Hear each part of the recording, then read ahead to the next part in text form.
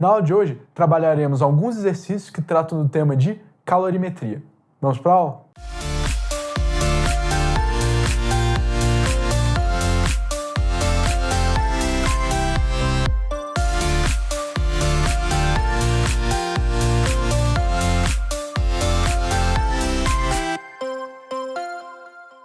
Olá, na aula de hoje trabalharemos em cima de dois exercícios que tratam do tema de calorimetria, trabalhado nas últimas aulas. Questão 1.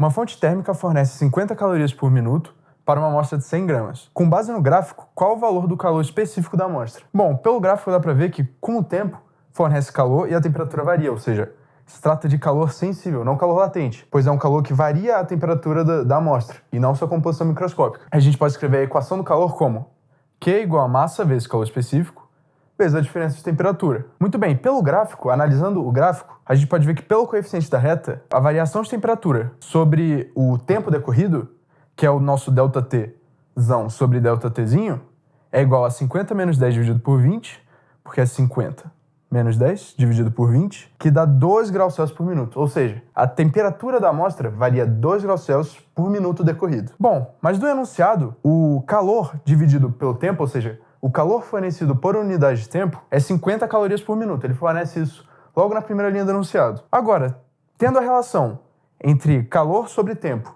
e temperatura sobre tempo, a gente pode obter o nosso calor específico partindo dessa equação e dividindo os dois lados pelo tempo decorrido, nosso ΔTzinho, que vai nos retornar Q sobre ΔTzinho, que é igual a massa vezes calor específico vezes diferença de temperatura sobre tempo decorrido.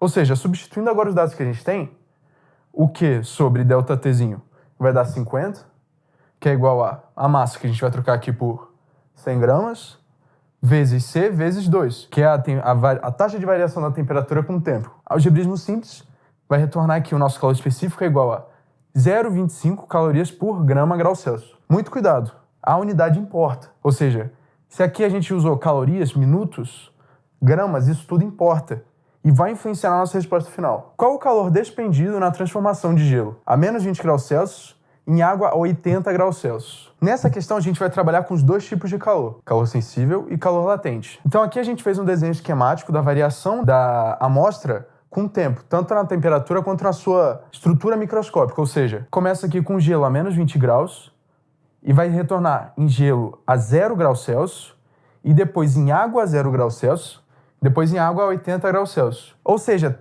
a gente vai ter calor aqui que vai mudar a temperatura e calor que vai mudar a estrutura do material. Ou seja, o primeiro calor aqui, que vai elevar a temperatura do gelo de menos 20 graus Celsius para 0 graus Celsius, é um calor sensível, ele mudou a temperatura do material. Agora, o calor que vai levar o gelo de 0 graus Celsius à água em 0 graus Celsius é um calor latente, é um calor que está mudando a estrutura do material. E agora, o calor que leva a água de 0 a 80 graus Celsius também é um calor sensível, que muda a temperatura do material. Muito bem, o calor total pedido na questão vai ser dado por Q1 mais Q2 mais Q3, que são os três calores citados aqui no processo, onde o 1 e o 3 são sensíveis e o 2 é latente. Trocando cada uma desses valores de calor pelas suas fórmulas, usando a capacidade térmica, que foi o dado da questão, e não o calor específico, a gente vai obter que o Q1 vai ser a capacidade térmica do gelo vezes a variação de temperatura, o Q2 vai ser a massa vezes a constante de calor latente,